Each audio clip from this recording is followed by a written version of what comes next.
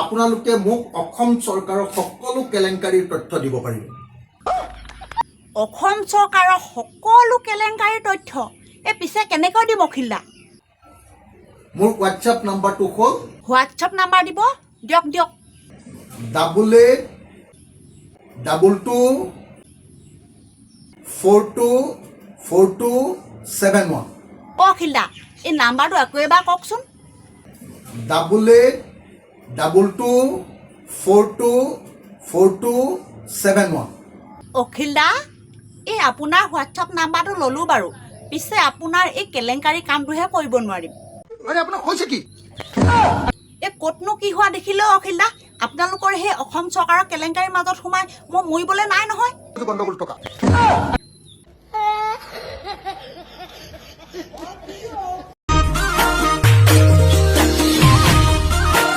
মামা এই জাপানৰ প্ৰধানমন্ত্ৰী গুৱাহাটীলৈ আহিব বুলি গুৱাহাটীখন যে ইমান সুন্দৰকৈ সজাই তুলিছিল ন? সজাই তোলাখিনি সাজি থাকিব, কিন্তু অতিথি এজন আহিলে যিমান সজাব পৰাব লাগে সেইখিনি আমি যদি কোনো অতিথি অহা নাই কিন্তু জাক জমক লাইট লগাই ৰাখোঁ, এইটোতো মানুহেও বেয়া পাব নহয়। গতিকে যিখিনি কাম চলি আছে সেইখিনি চলি থাকিব, কিন্তু যিখিনি কাম অতিথিজনৰ কাৰণে কৰা হৈছিলে সেইখিনি কাম ডেফিনেটলি নচলে। কাৰণ কিছুমান কাম ঘৰত অতিথি এজন আহিলে আপুনি নতুন কাপোৰ কিনে, নতুন বেড কভাৰ লয়, নতুন পৰ্দা লগায়, কিন্তু সদায় থকা মানুহৰ কাৰণেতো এইখিনি নকৰে। গতিকে যিমানটো চৰকাৰৰ ধনৰ অপব্যৱহাৰ নোহোৱাকৈ, মই গুৱাহাটীখন ধুনীয়া কৰিম মানে কি, কোনোবা এটা বিভাগৰ টকা কাটি এইটো কৰিব লাগিব।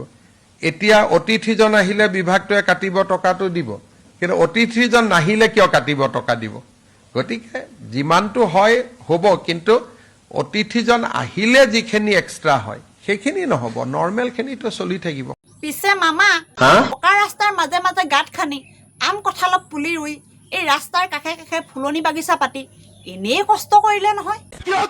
এই কিয় ক'লে মানে মামা, জাপানৰ প্ৰধানমন্ত্ৰী দেখোন গুৱাহাটীলৈ নাহে। মামা বিশ্বাস নাকা যদি ভিডিঅ'টো চাই লওক।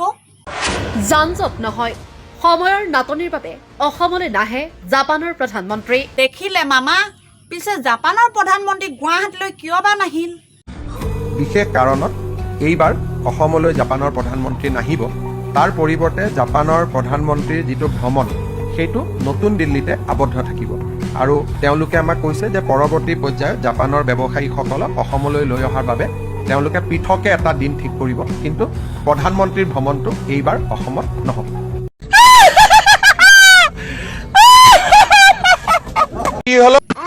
কি হ'ব মামা, এই জাপানৰ প্ৰধানমন্ত্ৰী অসমলৈ আহিব বুলি গুৱাহাটীখন গোটেইখন ৰং পেইণ্ট কৰি বাক ফুটুকীয়া কৰিলেই, তাৰ উপৰিও জাপানৰ প্ৰধানমন্ত্ৰীয়ে আপোনাক যে পিছফালৰ পৰা ইমান এটা ডাঙৰ ঢোকা দি দিব বুলি মই ভবা নাছিলো দেই মামা। মাৰি ঠেং ভাঙি দিম। আপোনালোকে মোক অসম চৰকাৰৰ সকলো কেলেংকাৰীৰ তথ্য দিব পাৰিব। অসম চৰকাৰৰ সকলো কেলেংকাৰীৰ তথ্য পিছে কেনেকৈ দিব অখিলদা? মোৰ হোৱাটছএপ নাম্বাৰটো হ'ল হোৱাটছএপ নাম্বাৰ দিব দিয়ক। 8822424271। অখিলদা এই নাম্বাৰটো আকৌ এবাৰ কওকচোন।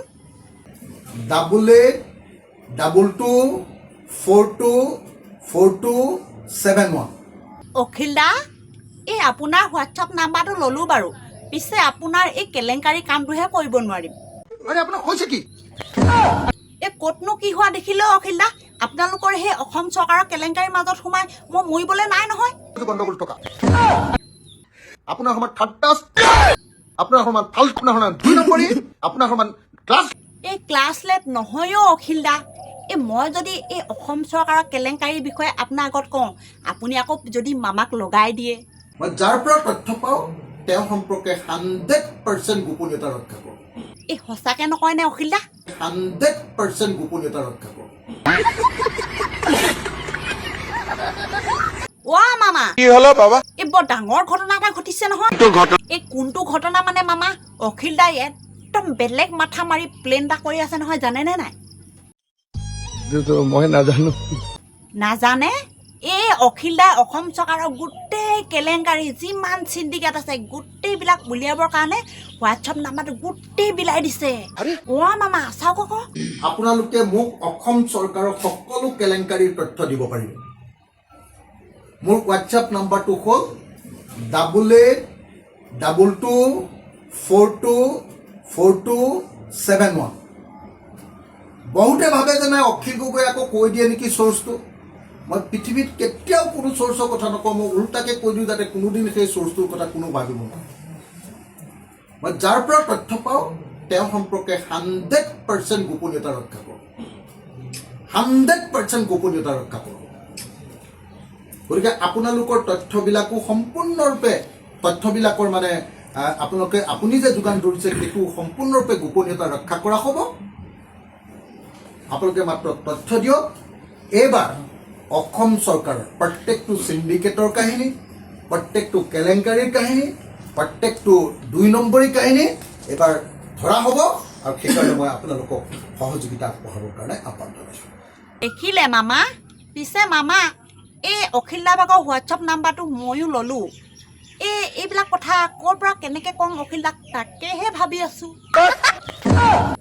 মাৰি ঠেং ভাঙি দিম মামা কি হ'ল এই মোদী ডাঙৰীয়া বোলে ডাঙৰ হিটলাৰ আৰু আপুনি হেনো সৰু হিটলাৰ হয়নে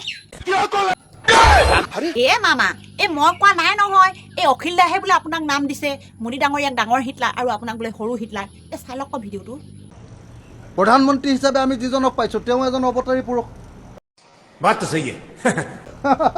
সেইদিনা দেখিলোঁ কালিতে পৰহি চাই আছিলোঁ মই কোনোবাই মোক দেখুৱাই আছিলে তেওঁ ভাৰত কি আমেৰিকাৰ ৰাষ্ট্ৰপতি কি নাম আমাৰ কি নামে আছিলে ডোনাল্ড জে ট্ৰাম্প হিন্দীত এনেকুৱা মুটুকা পুৰা কাগজ এখনৰ পৰা চাই বুজাই আছে সেই নহয় কাগজৰ পৰা যদি মুটুকা পৰা কাগজৰ পৰা ক'বই লাগে ভঙাই ইংৰাজীতহে কচোন বাই ইণ্টাৰনেশ্যনেল ষ্টেণ্ডাৰ্ডত এজন প্ৰধানমন্ত্ৰী 4ৰ্থ শ্ৰেণীলৈকে পঢ়িছিলে চাহ বিক্ৰী কৰিছিলে তো সেই মানুহজনে গৈ প্ৰধানমন্ত্ৰী কৈছে আৰু আমেৰিকাৰ ৰাষ্ট্ৰপতিৰ লগত কথা পাতোঁতে এনেকুৱা ভগা চিগা কাগজ এখনত এনেকৈ লুকুৱাই ৰাখিছে তাকো নেদেখিব বুলি তেনেকৈ ভগা চিগা কাগজ এখনত ৰাখিছে তাকো হিন্দীতনো বাৰু সেই কথাকেইটা কয়নে আৰু হিন্দী যিকেইটা কৈছে মোটামুটি ময়ো সেনেকুৱা হিন্দী ক'ব পাৰিম আৰু সেইকেইটা হিন্দী ক'বৰ কাৰণে মই কাগজ এখন চাবই নালাগে ইমান সাধাৰণ কথা কৈছে নহয় এনেকুৱা মানুহক প্ৰধানমন্ত্ৰী আপোনালোকে অৱতাৰ পুৰুষ পাতি দিছে আমাৰ অৱতাৰ পুৰুষ আমাৰ হিমন্ত বিশ্ব শৰ্মা দুজন এনেকুৱা অৱতাৰ পুৰুষ যাক মই হিটলাৰ নাম দিছোঁ দুইজনৰ নামে মই এজন ডাঙৰ হিটলাৰ এজন সৰু হিটলাৰ এই দুইজনে আপোনালোকে শাসন কৰিবলৈ দিছে আৰু কি কৰিব এতিয়া দেশ বৰ ধুনীয়াকৈ চলি আছে সেইকাৰণে কিমান সাহস আৰু এটা সীমা থাকিব লাগিব